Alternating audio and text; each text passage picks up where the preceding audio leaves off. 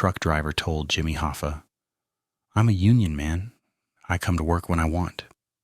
After showing up late for the third day in a row, what Jimmy did next in front of the entire crew became legendary in Detroit. It was June 1957 at Teamsters Local 299 in Detroit. Jimmy Hoffa wasn't yet president of the International Brotherhood of Teamsters, but his power in Detroit was unquestionable. The union local he controlled ran tight, disciplined, and efficient, just like Jimmy himself. Jimmy was known for meetings that started exactly on time. He always came to contract negotiations as the most prepared person in the room. He was ruthless defending workers' rights, but he expected the same professionalism from his own men. His union locals were known for respect, discipline, and brotherhood. Then they hired a guy. Let's call him Frank Sullivan.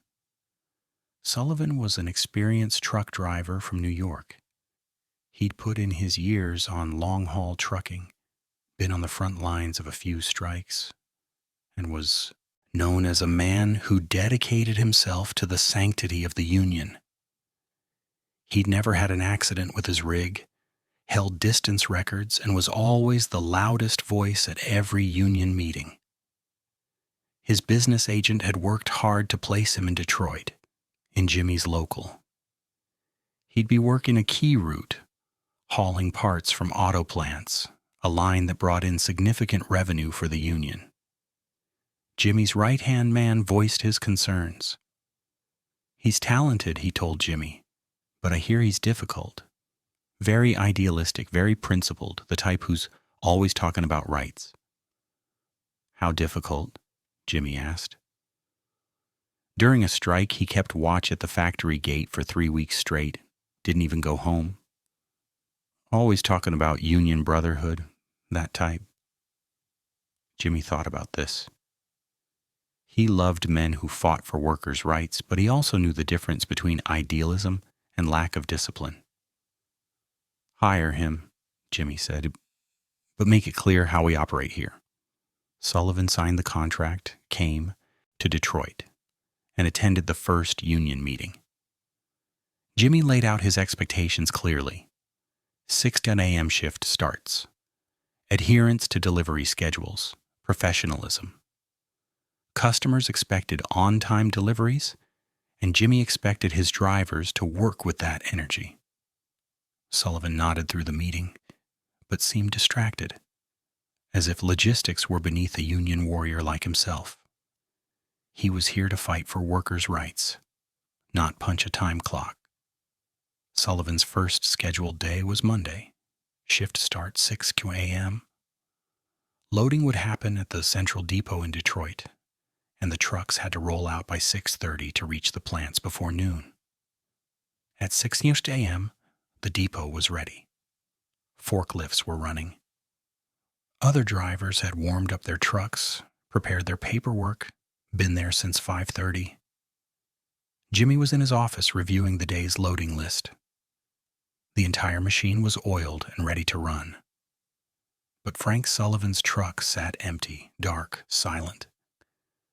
At 6:30, the shift supervisor knocked politely. No answer. At 6:45, he knocked louder. Still no sound. Workers started getting uncomfortable, checking their watches, whispering. Jimmy Hoffa's union didn't operate like this.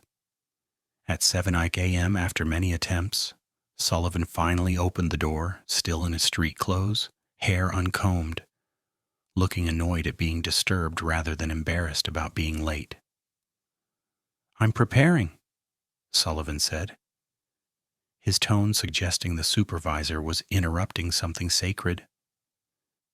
Internalizing the union spirit takes time.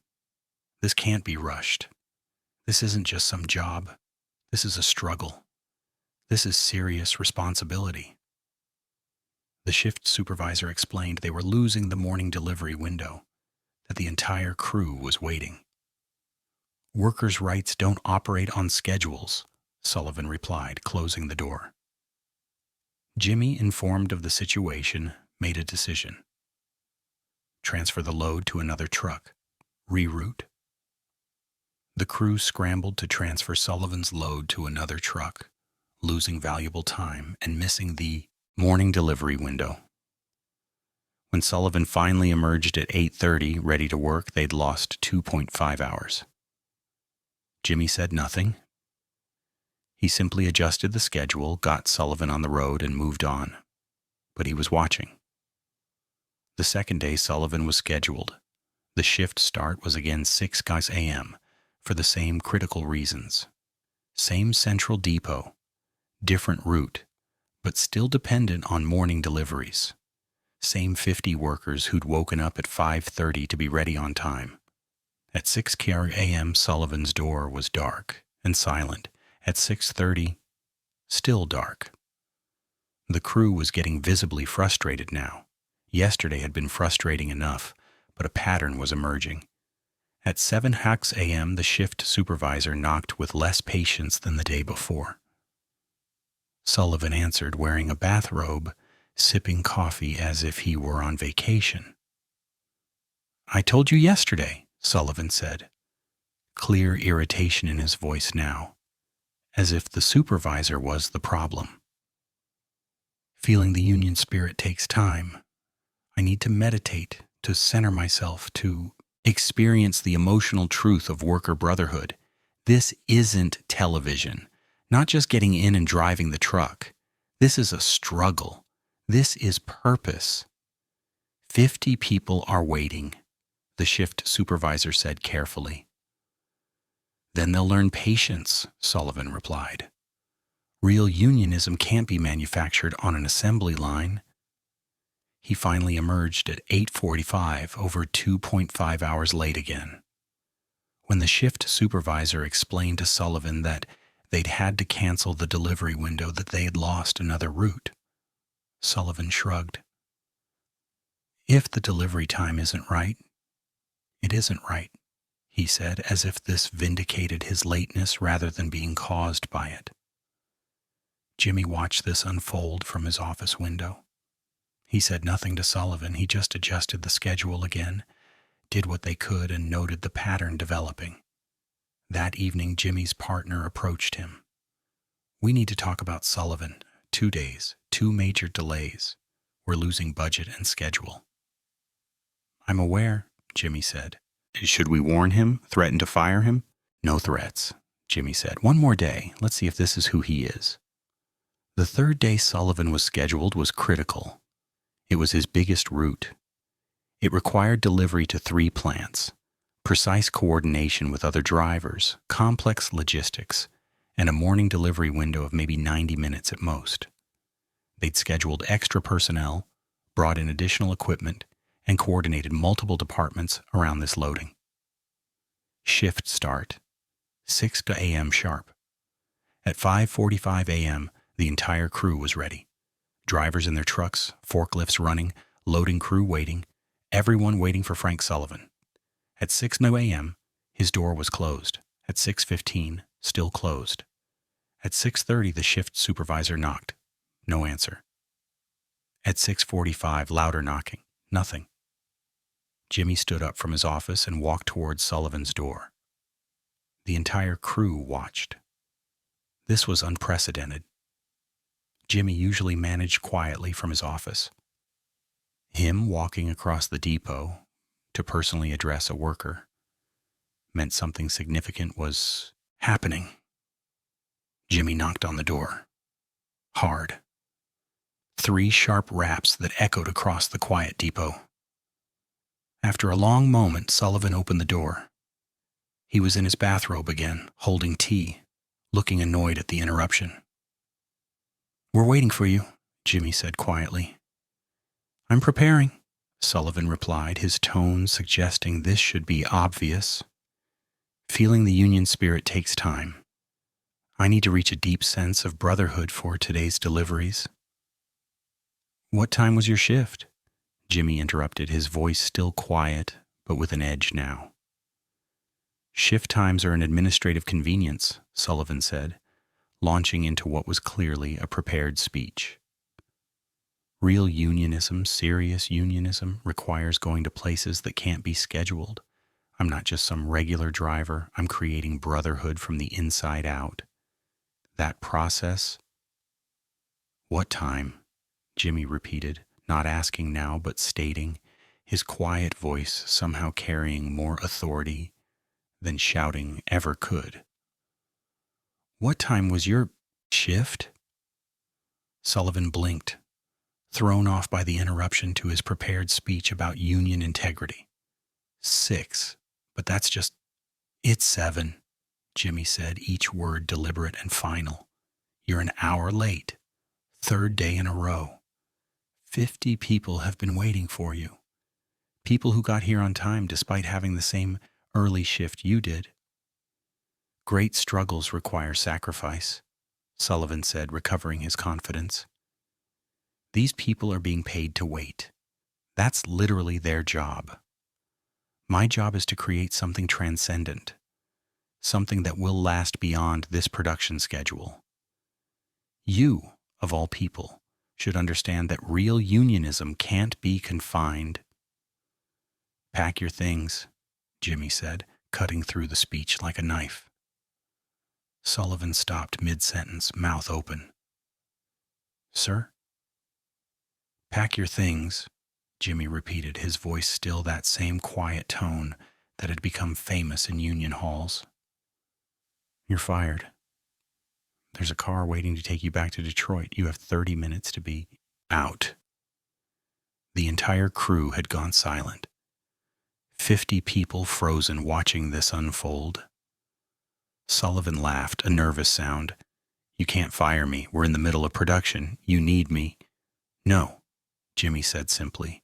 We need someone professional, someone who respects people's time, someone who understands that trucking is collaborative. That's not you. Pack your things. This is insane, Sullivan said, his voice rising now. I'm fighting for the cause here. I'm giving you the performance of a lifetime. You can't fire someone for taking their work seriously. I'm not firing you for taking work seriously, Jimmy said. I'm firing you for being late 3 days in a row and showing no respect for the 50 professionals who've been waiting for you while you drank tea in your bathrobe. My process, your process, Jimmy interrupted, involves being at your shift when you're supposed to be. If you can't do that, you can't work here. Pack your things. Sullivan looked around at the crew, perhaps expecting support or sympathy. He found none. 50 people who'd been up since 5:30 a.m., who'd been standing ready for over an hour, just stared back at him with zero sympathy. You're making a huge mistake, Sullivan said to Jimmy. I'm the best driver you'll ever work with. You're letting ego destroy. 30 minutes, Jimmy said, cutting him off. Then he turned and walked back to his office. Sullivan stood in his doorway for another moment, apparently waiting for Jimmy to change his mind or for someone to intervene. Neither happened. Finally, he went back inside and slammed the door. Jimmy turned to his shift supervisor. Call the driver we tested who came in second, see if he can be here tomorrow. Reschedule Sullivan's routes for next week. Then he addressed the crew. We're moving to Route 22. Let's not waste the morning. The crew erupted into activity, reorganizing for a different loading, grateful to be actually working instead of waiting. Several crew members were smiling. A few were trying not to laugh. Within 25 minutes, Frank Sullivan emerged with his bags, looking furious. A company van was indeed waiting to take him back to Detroit. He climbed in without speaking to anyone and left. Jimmy didn't watch him go. He was already focused on the next loading. The story spread through Detroit before Sullivan's van reached the airport. Jimmy Hoffa fired a driver for being late and citing union process became the talk of the industry within hours. By the next day, it was in the union papers. Sullivan's business agent tried to spin it as creative differences or scheduling conflicts, but too many crew members had witnessed what happened. The truth came out. Sullivan had been fired for being unprofessional and hiding behind union process as an excuse. The impact on Sullivan's career was immediate and devastating. Other union locals who'd been considering him suddenly weren't interested. Managers asked pointed questions about his reliability. Unions put him on unofficial difficult worker lists. Within a year, Sullivan was doing local routes again. The promising career his agent had worked so hard to build, completely destroyed by 3 late arrivals and 1 conversation with Jimmy Hoffa. The driver Jimmy hired to replace Sullivan showed up 15 minutes early every day, knew his route perfectly, and delivered an excellent performance that contributed to the union's eventual success. Jimmy Hoffa became president of the International Brotherhood of Teamsters in 1957. He became one of the most powerful union leaders in American labor history. His union represented millions of members. Frank Sullivan, when he's remembered at all, is remembered as the driver who got fired for being late and lecturing Jimmy Hoffa about union process. Years later, in an interview about management, Jimmy was asked about the incident. His response was characteristically brief. Unions require discipline, not because of some authoritarian philosophy, but because hundreds of people are coordinating complex work. When one person decides their process is more important than everyone else's time, they're not a worker. They're just selfish. But the crew members who were there tell a more detailed story. They talk about how 50 people had been standing ready at 6 a.m., how they'd lost the perfect delivery window 3 days in a row, how Sullivan had dismissed their time as unimportant while he meditated in his bathrobe.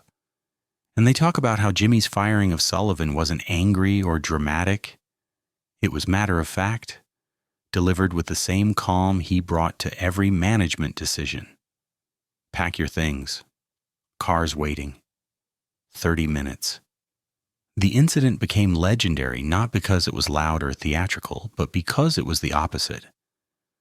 Jimmy simply drew a line. Professionalism matters. Your time doesn't count more than 50 other people's time, because doesn't excuse disrespect.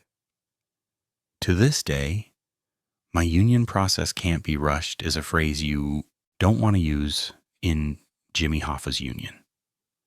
And showing up late while everyone else is ready is a career mistake you only get to make once. If this story of accountability and respect moved you, share it with someone who needs to remember that talent doesn't excuse unprofessionalism, and real workers respect the people they work with. Have you ever seen someone confuse self-indulgence with dedication? Share your story in the comments.